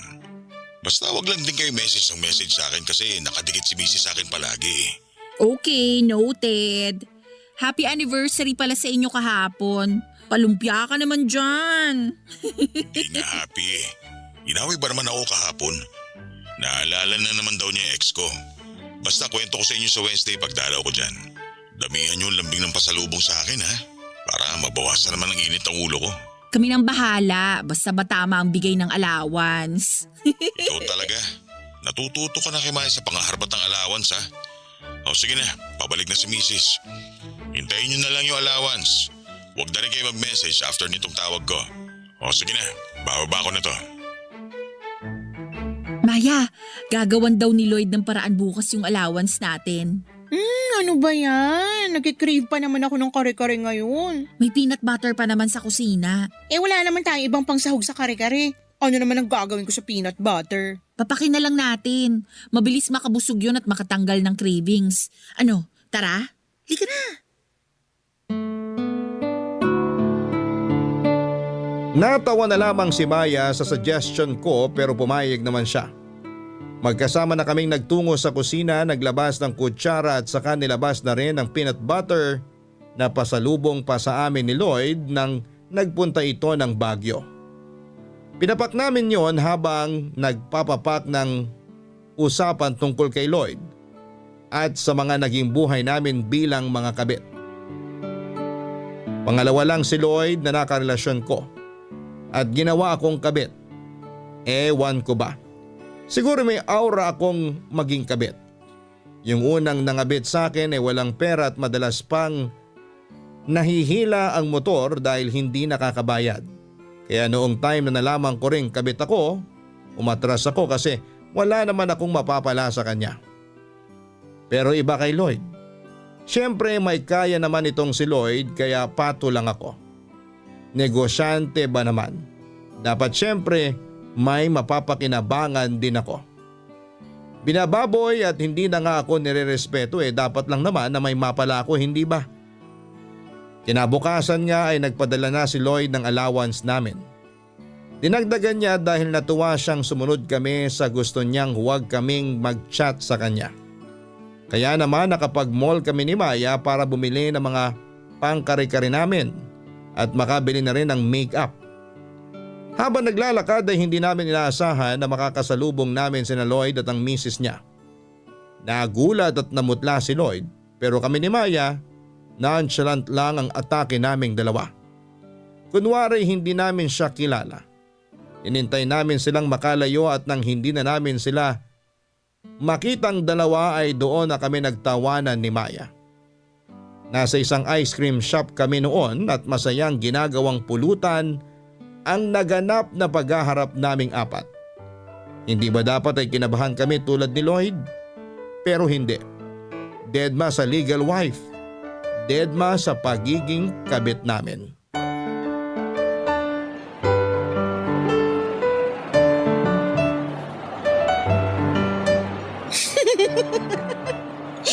Grabe yung pamumutla ni Lloyd kanina, no? Tinalo pa yung anemic at nakahigop ng sukang puro. Pero tayo, dead ma. Tapos yung misis niya, kapit ng kapit sa kanya. Walang kaalam-alam sa kalokohan ng mister niya. True! Pero ang galing na nonchalant face natin kanina, ha? Hindi natin i-rehearse yun kusa lang lumabas. Natural. Sa next, mas gandahan natin ang pagpapanggap. Para paniguradong hindi mapuputol ang allowance natin. Nag-text na ba sa'yo si Lloyd? Hindi pa. Mamayang gabi na yun magpaparamdam kapag nasa work na yung misis niya. Magagalit kaya siya? Bakit naman siya magagalit? Hindi naman tayo nag-eskandalo Ang behave nga natin kanina I mean, dahil nga pakalat-kalat tayo dito sa mall kung nasan sila ng misis niya. Bakit? Siya bang may-ari ng mall na to? Baka kasi mamaya sabihin niya dapat nakakulong lang tayo sa apartment o kaya doon tayo sa faraway gumagala. Eh di next time, i-update niya tayo kung saan ang location nila ng misis niya. Para hindi tayo nagkakabungguan, no? Pero hindi pa rin talaga ako makamove on sa itsura niya kanina. Ako rin Maganda pala in person yung misis niya, no? Pansin ko nga rin. Muntik na akong ma-insecure. Ang liit ng bewang, ang kinis ng balat. Kala mo, model ng whitening lotion. Ang sarap lang magtaka kung bakit gano'n naka-perfect yung asawa niya, nagawa pang magloko nitong si Lloyd. Wala naman daw yan sa ganda. Nasa performance. Pwede. Pero sabi ng mga kakilala kong lalaki, kapag hindi raw sila makakuha ng peace of mind sa misis nila, dun sila nagsisimulang maghanap ng iba. Etsos nila. Ang sabihin nila malandi lang sila at hindi marunong makontento. Huwag nilang i-justify yung pagloloko nila sa ganyang rason, ha? Gigil ako. O, yung gigil mo, hindi pang kabet. Kumalma ka dyan. Alam mo ang lugar natin, Thank you sa reminder, Blanca. O, ito na. Kalmado na si Akla. Alam mo, ngayon ko lang na-appreciate yung sinabi mo sa akin nung isang gabi. Ang alin? Yung buti na lang ginawa akong kabit ni Lloyd. Yun din ang sasabihin ko sa'yo. Buti na lang at ginawa kang kabit ng damuhong yun. O, di ba? May kasama kang makakaunawa sa sitwasyon mo. Magdadagdag pa kaya si Lloyd ng kabit? O enough na tayo? Feeling ko naman enough na tayo. Hello? Sakit na nga niya tayo ng ulo tapos magdadagdag pa siya. Tsaka, wag na sana para maging sapat yung allowance na binibigay niya sa atin. Naisip ko lang naman, pero mukhang hindi na nga rin siya magdadagdag. Tayo pa lang masyado nang magastos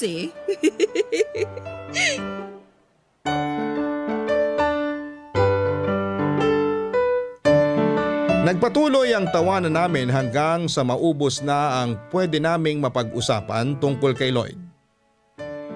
Aalis na rin sana kami ng mall para umuwi na. Pero bigla kaming inabutan ng malakas na ulan. Wala kaming nakuhang taxi at hindi kami nakapag-book ng sasakyan. Kaya pinili na lang namin na pumunta sa isang coffee shop para magpatila ng ulan. Doon nagpatuloy ang kwentuhan. Ang usapan naman namin ay tungkol sa pagiging kabit ni Maya. Nalaman ko na kay Lloyd na siya ang unang nakaranas na maging kabit. Hindi makwento si Maya noon sa akin pero dala siguro ng makulimlim na panahon kaya nagsabi na ito sa akin. 7 years na rin siyang kabit ni Lloyd. Aminado si Maya na hindi niya gusto ang setup nila noon pero na-fall na siya. Kaya siya naiinis kay Lloyd dahil nagawa nitong paibigin si Maya ng todo tapos nung na-inlove na nga siya ay saka inamin ni Lloyd na may asawa na ito. Hindi na para umatras dahil malalim na ang feelings ni Maya para kay Lloyd. Bilang kapalit na lang ay pinagaan na lang ni Lloyd ang buhay niya. Umuo na lamang si Maya lalo't kailangan din niyang makaipon para mabilhan ng bahay ang mga magulang niya sa probinsya. At sa 7 taon namang pagiging kabit ni Maya ay natupad na mga pangarap nitong maitayo ang bahay ng magulang niya. Meron na nga rin silang sari-sari store at ilang manok. Hindi ba dapat tapos na ang kontrata niya noon bilang isang kabit? Pero hindi pa rin. Dahil mas pinili ni Maya na manatili hindi dahil may kailangan pa itong tuparin na pangarap. Pero dahil talagang mahal niya pa rin si Lloyd. Kahit alam niyang kahit kailan ay hindi sila pwede hanggang dulo. Nalungkot ako sa mga nalaman kong kwento ni Maya. Sakto sa pagtatapos ng kanyang kwento ay ang pagtila ng ulan. Doon na kami umalis at nagpasyang umuwi na sa apartment na nirerentahan ni Lloyd para sa amin. Barangay Love Stories. Barangay Love Stories.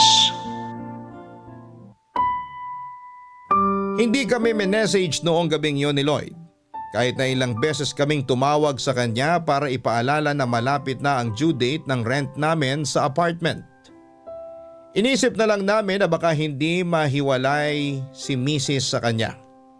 Buong araw ay nasa apartment lamang kami noon ni Maya. Nanonood kami ng mga pelikula mula sa isang streaming app na si Lloyd din ang nagbabayad. Wala talaga kaming gastos. Nataon pa na ang mga napili naming mapanood ay yung mga pelikula tungkol sa kabit. Dead man na lamang kami sa life lesson na hatid ng movies na napanood namin. Hindi naman nila alam ang totoong saloobin ng mga katulad naming kabit. Panay ang tingin namin sa aming cellphone at naghihintay kami ng reply mula kay Lloyd. Ime-message ko pa sana ulit dahil nga kumatok na ang landlady namin para ipaalala ang renta namin. Pero pinigilan lamang ako ni Maya. Baka raw mairita na si Lloyd sa amin at mas lalong i-delay ang pag-abot nito ng pera para sa amin. Kaya hinayaan na lang namin. Nakatulog kaming magkatabi sa sofa ni Maya at nagising na lamang kami ng padabog na nagbukas ang pintuan namin. Si Lloyd ang dumating. Galit itong nakatitig sa amin. Kahit papungay-pungay pa ang mga mata namin noon, nakita namin kung paanong umimpis ang mga labi ni Lloyd. Tanda na nagtitimpi ito ng gigil sa amin. Padabog niyang sinarado ang pintuan. Marahil ay para hindi kami marinig ng mga kapitbahay lalo na sa kanyang sasabihin sa amin.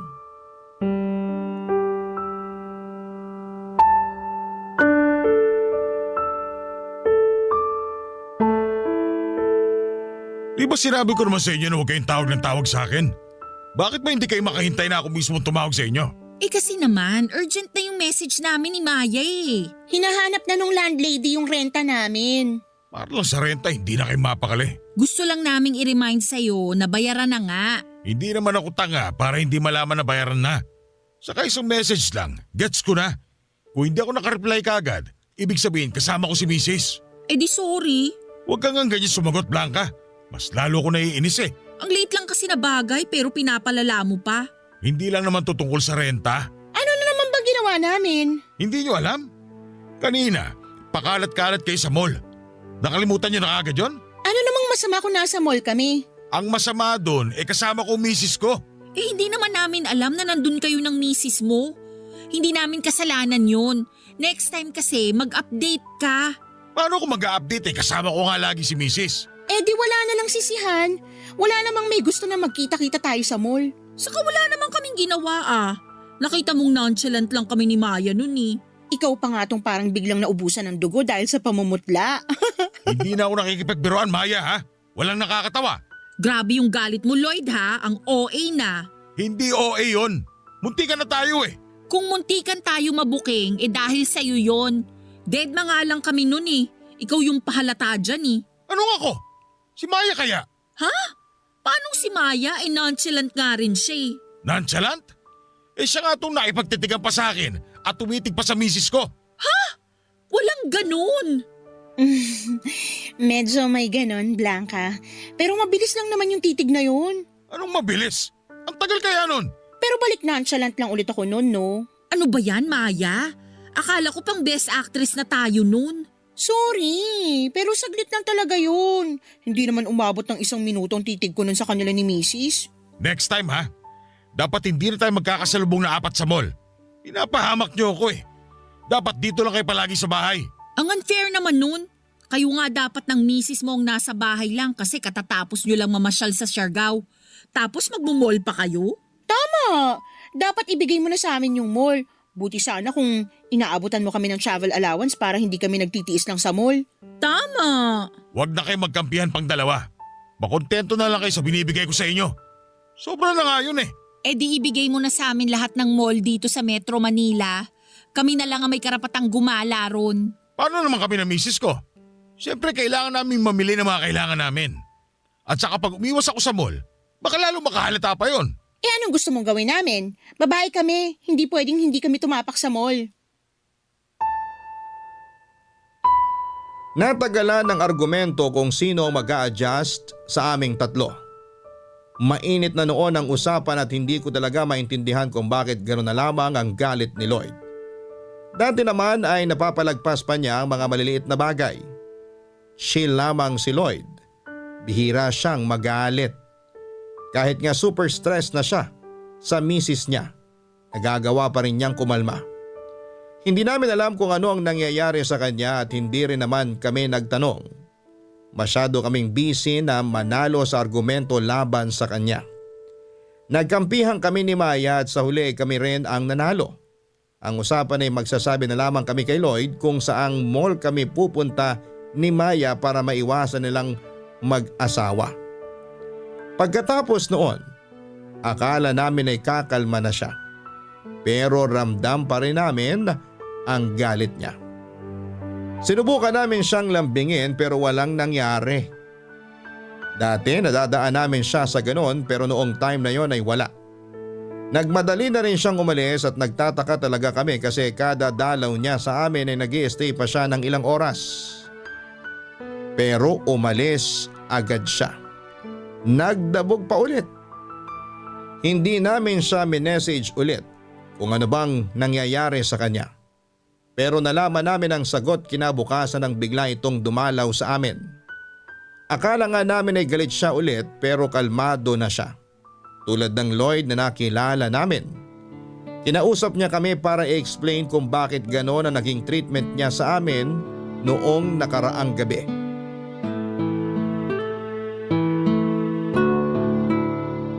Mabuti naman at kalmado ka na.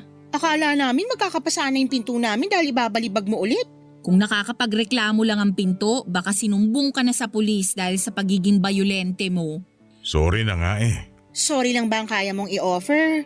Gusto namin ang sagot kung bakit bigla ka na lang ganun sa amin kagabi. Gets namin na natakot kang mahuli kaya ganun ang inakto mo. Pero hindi naman sana ganun ka OA. May nangyari kasi bago tayo magkita-kita sa mall. Ano nangyari? Munti ka na akong mahuli. Dahil sa amin? Hindi. Teka, hindi ko naiintindihan. Ako rin. Liwanagin mo at kumplituhin mo nga kasi. Kinakabahan na tuloy ako eh. Nung nasalubong niyo kami sa mall, kakasuyo ko lang nun sa misis ko. Inaway niya ako nung nakaraang gabi. Dahil? Baka magalit din kayo eh. Mas lalo kami magagalit kung hindi mo kami didiretsahin. Inaway niya ako kasi nakita niyang ka-video call ko yung kabit ko. Si Blanca? Si Maya? Yung pangatlong kabit ko. May iba ka pang kabit bukod sa amin ni Maya? Ang tindi mo rin no. Pati ba naman kayo magagalit pa sa akin? Sinong hindi magagalit? Parang niloloko mo na rin kami. Dapat asawa mo na lang yung nakakatikim ng pagloloko mo. Oo, kabit kami. Pero hindi namin matatanggap na meron ka pang ibang kabit bukod sa amin. Dapat nga, suportahan niyo na lang ako sa part na yon. Kasi pare-pares lang naman kayong kabit ko. Oo, kabit kami pero masakit yung sinabi mong yan ah. Sinong kabit na yan? Taga saan? Huwag mo sabihin dito mo rin patitirahin. Hindi namin siya tatanggapin. Ano na lang itong balak mo sa amin, ha? Team building ng mga kabit? Kumalma kayo kasi hindi ko siya ititira dito. Hindi niyo na rin kailangang malaman kung sino siya. Hindi na yun importante. Importanteng malaman namin kung sino siya. Para saan pa? Wala naman akong balak na pagsamasamahin kayo. Sa ibang apartment siya nakatira. At ikaw din ang umuupa nun para sa kanya? Hindi ko naman siya pwedeng pabayaan. Ang kapal din pala ng mukha mo, no? Siya may solong apartment pero kami ni Blanca naghahati kami rito. Kami tinitipid mo tapos siya solo sa lahat ng allowance? Dadagdagan ko na lang ang allowance nyo. Saka kung may balak kayo ipabili na appliances, sabihin nyo na lang para hindi na kayo magtampo. Huwag na kayong dumagdag pa sa sakit ng ulo ko, pakiusap lang. Wala ka sanang sakit ng ulo kung nakontento ka na lang sa amin ni Blanca na kabit mo. Nagdagdag ka pa talaga.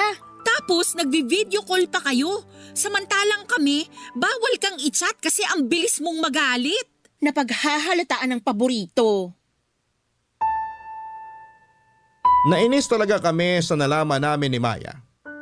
Akala mo naman kami ang legal wife sa inasta namin. Pero nakakainis lang din kasi.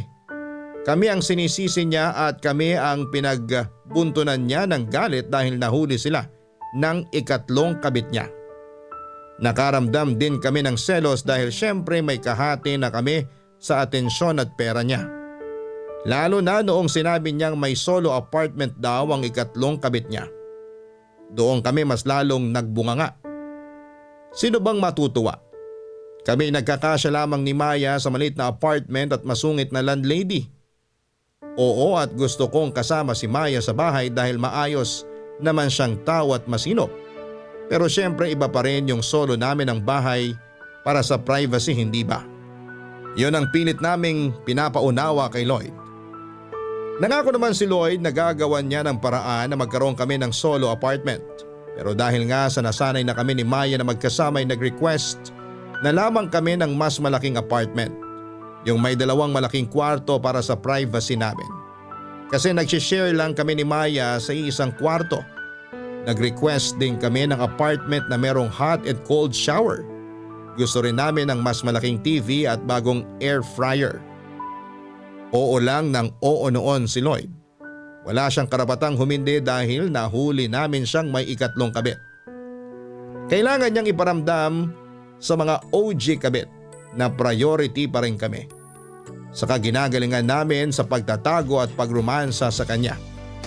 Deserve namin ang increase sa allowance at mas magandang lifestyle, Papa Dudut. Barangay Love Stories. Barangay Love Stories. Makalipas nga ang 1 buwan ay nilipat na kami ni Lloyd sa mas malaking apartment. 2 kwarto yon at lahat ng kailangan namin ay nandun na. Paniguradong mas malaki ang gastos niya pero wala kaming pakialam. Deserve namin yon at hindi kami magsisettle for less. Pero pagkatapos noon ay napansin namin na panay na ang iwas ni Lloyd sa amin. Tuloy pa rin naman ang sustento pero hula namin ay mas madalas na niyang kasama si kabit number 3. Dahil yon ang bago. Hindi pa rin namin alam kung sino ang kabit niyang yon. Ayaw pa rin niyang magbigay kahit na isang clue. Hindi rin umubra ang stalking skills ni Maya. Hindi namin nahanap kung sino siya. Hinayaan na lang namin ang importante na ibibigay pa rin naman ni Lloyd ang kailangan naming allowance. Unti-unti ay tinanggap na lang namin na siguro'y hanggang gano'n na lamang kami ni Lloyd. Napapansin kong nalulungkot madalas si Maya. Gets ko siya kasi mahal pa rin niya si Lloyd. Sobra. May feelings din naman ako kay Lloyd pero halos paubos na nga dahil sa ginagawa niyang kalokohan. Lalo na noong nalaman naming meron siyang ikatlong kabit. Pasalamat na lang talaga kami dahil hindi na yon ganon kasakit sa amin di gaya dati. Mabilis naming natanggap ang realidad. At mas lalo lang napabilis ang pagsampal sa amin ng realidad. Nang dinalaw kami ni Lloyd, meron itong ibinalita sa amin ni Maya.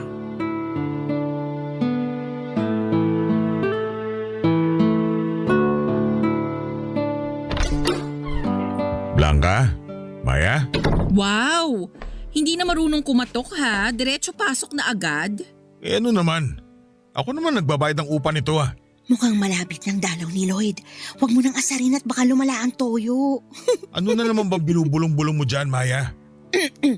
Wala. Bakit ka nandito? Di ba sa Friday ka pa dadalaw? Nag-away kayo ng misis mo, no? O baka tinoyo na naman si kabet number 3? Huwag nyo nga akong asaring dalawa. Wala ako sa mood ha. Bakit ka ba kasi andito? May importante ako sasabihin. Iiwan mo na ba ang misis mo? O iiwan mo na si kabit number 3? Kailangan malawak ang isip nyo sa sasabihin ko. Heto na naman po tayo. Huwag mong sabihing may pang-4 ka na namang kabit ha. Magde-demand na talaga kami ng tagi-isang condo unit ni Maya. Fully furnished and fully paid. Walang pang-4 na kabit. Makinig kayo. Nagkaroon ng problema sa inuupahan nung isang kabit ko eh. O tapos? Napaaway siya sa landlord niya at kailangan niya nang umalis doon. Yung dati naming apartment ni Maya, bakante pa yon. Doon mo na dalhin. Kasya naman siya doon. Kaya nga ako pumunta dito kasi gusto ko… Oh no! Parang alam ko na yung sasabihin mo. Huwag mo nang ituloy. Bala ko na dito muna sa patirahin. Magdadagdag na lang ng kama. O kaya papalitan ng double deck yung isang kama nyo. Mamimili na lang kung sa kwarto mo, Maya, o kay Blanca. I know! Ayoko! Ayoko rin! Nag-promise ka sa amin ni Blanca na solo na namin tong apartment tapos bigla mong isisingit yung ikatlong kabit mo? Nababaliw ka na ba? Pansamantala lang naman to. Hoy, ganyan din ang sinabi mo nung pinasok mo si Blanca sa dati naming apartment. Hindi mo na kami maluloko. Ayaw naming makasama yung kabit mo. Mabait naman siya at pakiramdam ko makakasundo nyo rin siya. Di ba nga nagkasundo ka agad kayong dalawa nung pinagsama ko kayo sa dating apartment nyo? Malay nyo, ganun din sa isang kabit ko. Magaling naman kayo makisama eh. Magaling kaming makisama, pero hindi kami makikisama sa ikatlong kabit mo. Binawasan mo na nga yung allowance namin mula nung dumating yung hitad na yun eh. Tapos isasalpak mo pa siya dito sa bahay? Oy, nakapagtanim na kami ng sama ng loob sa kanya. Hindi mo na yun mahuhugot. Feeling ko may attitude problem pa yun kaya pinaalis sa apartment niya. Hindi ko siya gusto, ngayon pa lang. Ano ba naman kayong dalawa? Ayaw namin. Kahit dagdagan mo pa yung allowance namin o palitan mo ng bago yung microwave oven namin, pass kami sa kanya. Wala kayong ibang magagawa sa gusto ko. Pumayag na lang kayo, kung hindi, ititigil ko ang pagbibigay ng allowance sa inyo. Huwag niyo akong galiting dalawa ha. Pinagbibigyan ko lang kayo sa pagsasalita niyo sa akin eh. Pero sumusobra na kayo. Matuto kayo rumispeto sa bumubuhay sa inyo ha. Ikaw ang sobra na. Binababoy mo na ang pagkatao namin, tapos isusumbat mo pa ang mga binibigay mo? Tama si Blanca. Hindi na pwede itong ginagawa mo. Ayaw namin siya kasama rito kung sino man yung kabit mong yan. Ah, ganun ha? Matigas kayo? Tignan na lang natin. Yun na siguro ang pinakamalalang galit na nakita namin kay Lloyd. Nanlaki at nanlilisik ang mga mata niya. Kung di siya siguro nakapagpigil ay baka sinuntok na niya kami. Nagmadali siyang lumabas ng apartment walang paalam pero may pagdadabog. Aminado naman kami ni Maya na kahit na nagtatapang-tapangan na kami noon ay nakaramdam pa rin kami ng takot. Hindi namin alam kung ano ang pagbabantang yon ni Lloyd sa amin. At naramdaman na nga namin at nakuha ang sagot makalipas ang ilang araw. Nakaschedule na siyang magpadala ng allowance namin pero hindi niya ginawa. Chinat na namin siya pero wala siyang naging reply. Inabot na ng 3 linggo pero wala siyang pinadala kahit na ano. Dumating na rin ang bills namin at sinubukan pa naming isend ang picture noon kay Lloyd. Pero wala pa rin siyang reply sa amin. Yun na nga ang laman ng pagbabanta niya. Nangatok na rin ang landlady namin at wala rin kaming ipangbabayad. Kabado na kami dahil baka talagang inabandona na kami ni Lloyd. Naisip namin at hiniling na sana ay pananakot lamang niya yon at magpapadala siya ulit. Pero umabot na ng 2 buwan.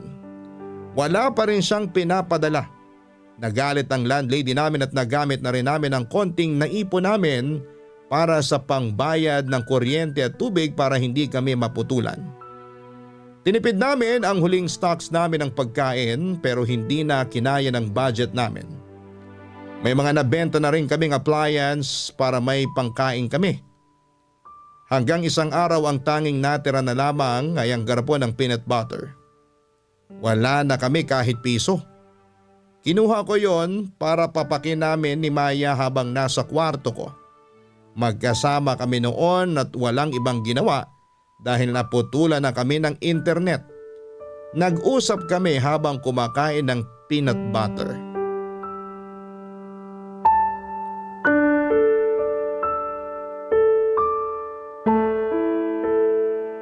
Mabuti na lang pala at kinakain na natin tong peanut butter.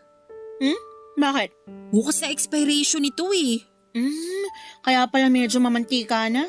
Hinaluan ko ng mantika yan. Para mabilis tayong mabusog. Pa-expire na rin kasi yung mantika natin eh.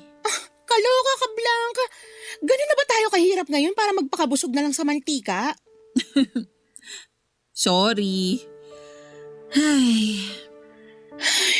Makakatikim pa kaya tayo ng kare-kare? Oo naman. Magpapadala pa kaya si Lloyd? Yan ang hindi ko alam. Makipagbati na kaya tayo sa kanya.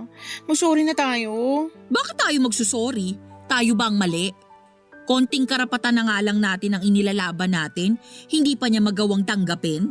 Eh saan ba tayo dinala ng karapatan na yan? Heto tayo oh, kumakain ng mamantikang peanut butter na pa-expire na. Pinapalungkot mo naman ako, Maya eh. Malungkot din naman ako. Mas malungkot kesa noon. Mas malungkot kesa noon? Sa 7 years na pagiging kabit ko kay Lloyd, hindi naman ako totoong naging masaya eh. Nagkasya na lang ako sa kung anong meron. Kasi akala ko, yun lang ang deserve ko. Ano ba ang deserve nating mga kabit? Para sa mga legal na karelasyon at misis, deserve nating mabura sa mundong to. Eh, para sa mga lalaking ginagawa tayong kabit, Wala silang nakikitang bagay na deserving para sa atin. Para sa kanila, laruan at pamparaos lang tayo. at para sa mga kapwa natin kabit, Deserve nating mahalin pabalik. nag-chat si Lloyd. Ano sabi? Natuto na raw ba tayo ng leksyon niya para daw magpapadala na siya? Natuto na ba tayo sa leksyon niya? Ikaw, anong natutunan mo sa ginawa niya? Ay, natutunan ko na mali palang ibaba yung worth natin dahil pakiramdam natin ito lang ang deserve natin. Natutunan ko na walang pupuntahan tong pagiging kabit. Di naman natin karapatan na piliin tayo. Ay wait, pinipili pa rin naman nila tayo. Pinipili kapag masakit na ulo nila sa mga karelasyon nila. Doon lang tayo pinipili. Pero pag ayos na sila, wala na naman tayo sa eksena. Isa lang naman ang natutunan ko kay Lloyd. Isa lang. Ano yun? Na wala siyang kwentang tao at sana malaman ng misis niyang tungkol sa mga kalokohan niya. Oh, nag-chat ulit si Lloyd. Sabi niya, dadalhin na raw niya yung allowance natin at pambayad sa upa mamayang gabi. Kasama na raw niya yung isang kabit niya para mag-bond na raw tayong tatlo. Para wala na raw samaan ng loob. So, talagang desidido na rin siyang itira rito si kabit number 3? Mukha naman. Bit-bit na rin daw yung ibang gamit eh. Blanca, Bakit? gusto mo bang sumama at tumira sa probinsya namin? Libre ko na ang pamasahe mo. Umalis na tayo rito. Linisin na natin ang buhay natin. Ubusin na muna natin tong peanut butter bago tayo umalis. Inubos na nga namin ang natitirang laman ng garapon ng peanut butter. Napaiyak na lamang kami noon dahil tuluyan na naming tatakasan ang buhay ng isang kabit. Tinawagan ni Maya ang nanay niya para ipaalam ang kalagayan niya. Yun ang unang beses na nalaman ng pamilya niya na isa siyang kabit. Sila pa ang namilit na umalis na si Maya at nagpadala kaagad ang kapatid nito ng sapat na perang pamasahe namin at pangkain. Pagkatapos noon ay inimpake na namin ang lahat ng damit namin at lahat ng binigay ni Lloyd ay iniwan namin. Nagmadali kaming umalis ng apartment at hindi kami nagpaalam sa landlady. Hindi kami nagsabi kay Lloyd. Habang nasa biyahe kami ay nakaramdam kami ng kaba. Hindi namin alam kung ano ang magiging buhay namin ni Maya sa probinsya nila. Pero isa lang ang sigurado kami. Tama ang ginawa namin. Gabi na nang makarating kami sa probinsya ni Maya at doon ko nakita kung gaano siya kamahal ng pamilya niya. Nagiyakan sila dahil sa mga nangyari. Pati ako ay nadamay na rin. Maya-maya pa ay nakarinig ako ng tawag sa cellphone ko. Si Lloyd. Matagal kong tinitigan ang screen ng cellphone ko hanggang sa nag-decide akong patayin yon at saka lumapit na kina Maya. Ilang buwan na ang nakakalipas mula nang iniwanan namin si Lloyd. Pero patuloy pa rin siya sa pag-contact sa amin. Gusto pa rin itong makasama kami. Sinabi niyang handa niyang iwan ang ikatlong kabit niya. Basta babalik lamang kami. Nakita na rin niya ang totoong halaga namin. Kung noon na hindi pa namin nakikita ang worth namin, baka pumayag kami agad na bumalik sa kanya. Pero hindi yon pwedeng mangyari. Totoong maliit ang chance ng pag-asenso namin sa probinsya. Pero malayo yon sa taong nagbantya ng dignidad namin. Malayo yon kay Lloyd. Yun ang kailangan namin bago makapagsimula ulit. Kailangan namin ng pahinga at kailangan naming gumaling. Malayo sa lalaking sumugat sa amin. At ginawa lang kaming kasangkapan ng init ng katawan niya. Maraming salamat po sa pagbasa ng aking liham ng aming kwento ni Maya. Ako ang inyong forever kapuso at kabarangay, Blanca.